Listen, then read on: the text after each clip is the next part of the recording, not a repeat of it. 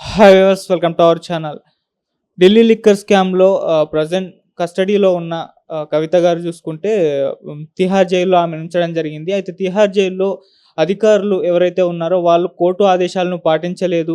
ఇంటి నుంచి భోజనం ఇటువంటి కొన్ని చెప్పినా కూడా వాళ్ళేవి కూడా ప్రొవైడ్ చేయడం లేదని చెప్పేసి హైకోర్టులో అయితే కవిత గారు పిటిషన్ వేయడం జరిగింది. మరి కోర్టు ఆదేశాలను అసలు పాటించరా? పాటించకపోతే ఏ విధంగా ఉంటుంది? మరి రేపైతే కవిత గారికి బెయిల్ సంబంధించిన విచారణ అయితే జరగబోతుంది.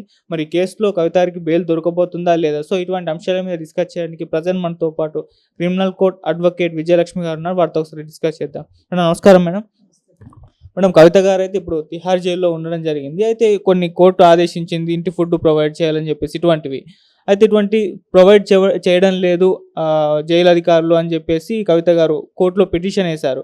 మరి అంటే నిజంగా ఇటువంటివి చెయ్యరా? కోర్టు ఆదేశాలు పాటించరా? ఒకవేళ పాటించకపోతే ఏం జరగచ్చు? మరి ఈ పిటిషన్ పైన మీ ఒపీనియన్ ఏంటి?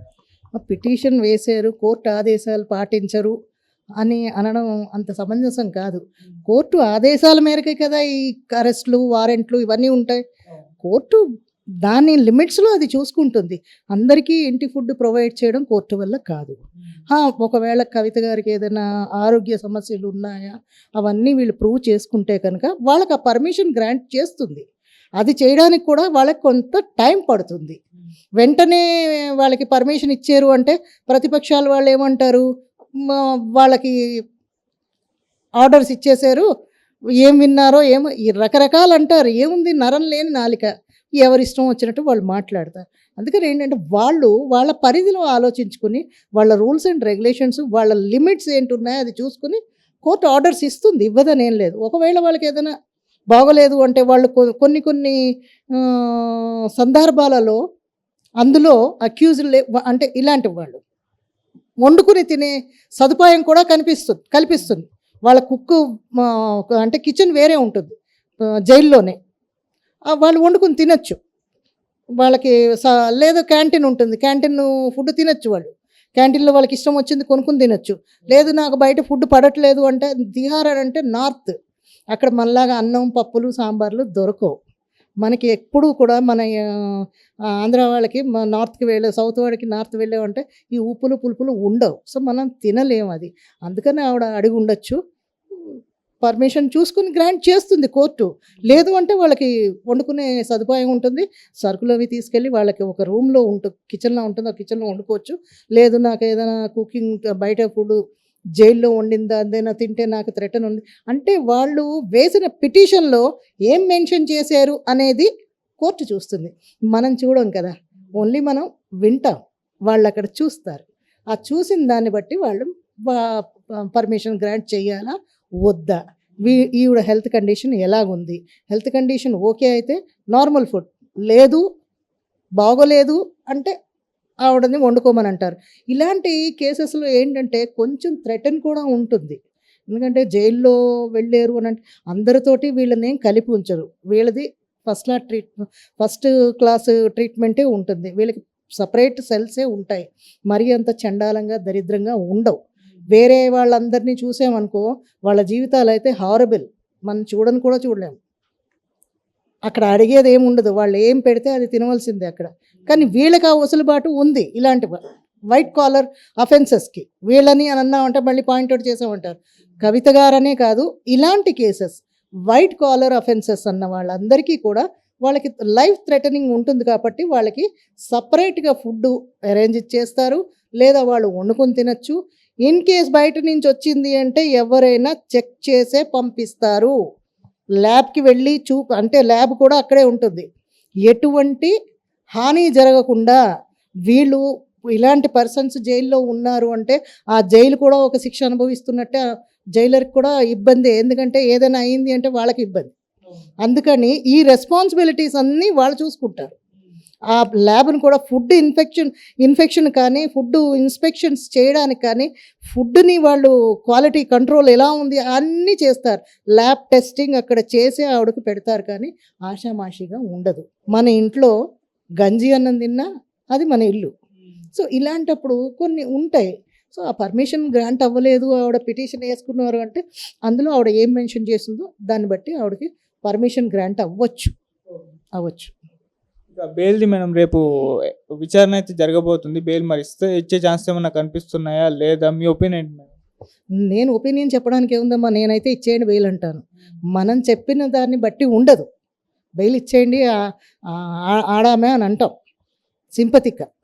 కానీ అక్కడ వాళ్ళు చేసిన అవేమైనా క్రైమ్స్ అవి ప్రూవ్ అయ్యాయా, దానికి ఎంత ఉంది ఏంటి, అందులో ఈవిడ పాత్ర ఎంత ఉంది, ఇవన్నీ అనాలిసిస్ చేస్తారు. ఒకవేళ ఏమాత్రం పాసిబిలిటీ ఉన్నా బెయిల్ ఇస్తారు. బెయిల్ ఇచ్చేసినంత మాత్రం కేసు క్లోజ్ అయిందని కాదు కదా, అది ప్రూవ్ చేసుకునేదాకా వాళ్ళ మీద కేసు ఉంటుంది. సో అలాంటివి ఏమైనా ఉంటే అవుతుంది. అందుకే ఛాన్సెస్ 50-50 ఉంటాయి. ఇవ్వచ్చు, ఇవ్వకపోవచ్చు. ఇచ్చిన కేసు మాత్రం జరుగుతూనే ఉంటుంది. ఎప్పుడో చేసిన కేసులే ఇప్పటి వరకు జరుగుతున్నాయి కదా, మనం చూస్తున్నాం కదా. ఇవేం కొత్త స్కామ్లు ఏం కాదు, ఎప్పటి నుంచో ఉన్నాయి. ఒక్కొక్కరు ఒక్కొక్క రకంలో ఇరుక్కున్నారు స్కామ్లో. ఇప్పుడు ఇరుక్కుందా చేసిందా అనేది కోర్టు నిర్ణయించాలి. అది మనం అంటే ఒకళ్ళు ఏమంటారంటే ఆవిడ చేసింది, చేసింది అంటే చేసింది. చేశారో లేదో మనం చూడలేదు, ఎవరూ చూడలేదు. అందరూ ఓకే అంటాం. కానీ కరెక్ట్గా వాళ్ళు చూస్తారు. సిబిఐ వాళ్ళు ఉన్నారు, వాళ్ళందరూ ఎంక్వైరీ చేసుకుంటారు. ఈడీలు ఉన్నారు. వీళ్ళందరూ చూసిన తర్వాత ఓకే ప్రూవ్ అయింది అని అన్నప్పుడు ఆవిడకి శిక్ష ఖరారు చేస్తారు. ఈ లోపల బెయిల్ చెప్పలేము. అదే నార్మల్ పర్సన్స్ అయితే తక్కువని మేము చెప్పేస్తాం, 60 days దాకా బెయిల్ రాదంటాం. ఇప్పుడు ఇలాంటి సిచ్యువేషన్స్లో మనం చెప్పలేం. ఎందుకో తెలిసిన, వీళ్ళని బయట వదిలినా బాధే, లోపల పెట్టినా కూడా జైల్లో ఉన్న సిబ్బందికి ఇబ్బంది. ఎందుకంటే వీళ్ళ ప్రోటోకాల్ అలా ఉంటుంది. ఎవరిదైనా నేర నిర్ధారణ జరగకుండా నేరారోపణ పైన వాళ్ళని జైల్లో పెట్టారు అంటే ఆ రెస్పాన్స్ అంతా గవర్నమెంట్దే. జైలర్ అన్నా ఇప్పుడు ఎవరు బాధ్యత మీద పెట్టుకుంటారు? Court orders.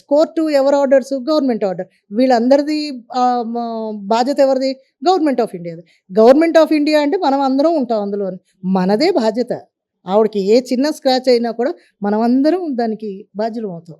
అందుకని ఏంటంటే ఆవిడ నేరం ఆరోపించబడింది కాబట్టి నేర నిర్ధారణ అయ్యేదాకా ఆవిడకి బెయిల్ వస్తుందా రాదా అనేది మనం ఊరికే గాల్లో మాటలు అనడమే తప్ప, అది అక్కడ పేపర్ మీద ప్రజెంట్ చేసిన వాళ్ళకి తప్ప ఎవరికి తెలియదు. అంటే మేడం బెయిల్ ఇవ్వడానికైనా లేకుంటే ఇవ్వకపోవడానికైనా సరే కోర్టు ఎటువంటి అంశాలని పరిగణలోకి తీసుకుంటుంది? కోర్టు ఏంటంటే ఈ నేరం ఆరోపించబడిందా లేదా ఈవిడ కూడా ఇన్వాల్వ్ అయ్యిందా ఫస్ట్. సెకండరీ ఏంటంటే కొన్ని ఆలోచిస్తారు మానవతా ధర్మంగా, ఆవిడకి ఏమైనా హెల్త్ సహకరించట్లేదా, ఆవిడకి బాగోలేదా, ఏవో లేడీస్ అన్నాక ఏవో ఒకటి ఉంటాయి. అయితే ఎవరు ఉండరు, ఉక్కు మనుషులు ఎవరు లేరు ఇప్పుడు నవేడేస్. సో ఆ హెల్త్ కూడా చూసుకొని ఇచ్చే ఛాన్సెస్ కూడా ఉంటాయి. అలాంటి వాటి మీద మాత్రం కోర్టు తొందరగా స్పందిస్తుంది. ఈడీ కస్టడీ కూడా అయిపోయింది కదా మేడం, మరి కస్టడీలో ఎటువంటి విచారణ జరిగింది కదా, దాని అంశాలని పెట్టినప్పుడు కోర్టు ముందర అది కూడా బెయిల్ దృష్టిలో తీసుకుంటుందా? బెయిల్ విషయం తీసుకుంటుంది. వాళ్ళు అందుకే కదా ఆవిడ కస్టడీ కావాలని కోరుకున్నారు ఈడీ వాళ్ళును. ఆవిడని ఎంక్వైరీ చేస్తే ఆవిడ ఏమేమి చెప్పిందో అవన్నీ రికార్డ్ చేస్తారు. ఆ రికార్డ్స్ని కూడా వీళ్ళు కోర్టులో సబ్మిట్ చేస్తారు. దానిని బట్టే బెయిల్ ఇవ్వాలా వద్దా అనేది వాళ్ళు నిర్ణయిస్తారు. Thank you so much.